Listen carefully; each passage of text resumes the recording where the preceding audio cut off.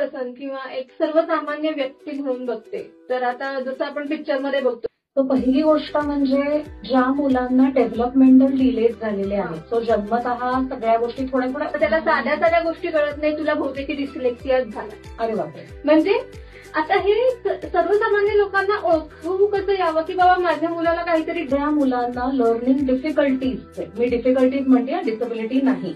Okay, लर्निंगचे challenges हे जास्त असू शकतात, कारण त्यांची भाषा ही थोडी लेट आलेली आहे.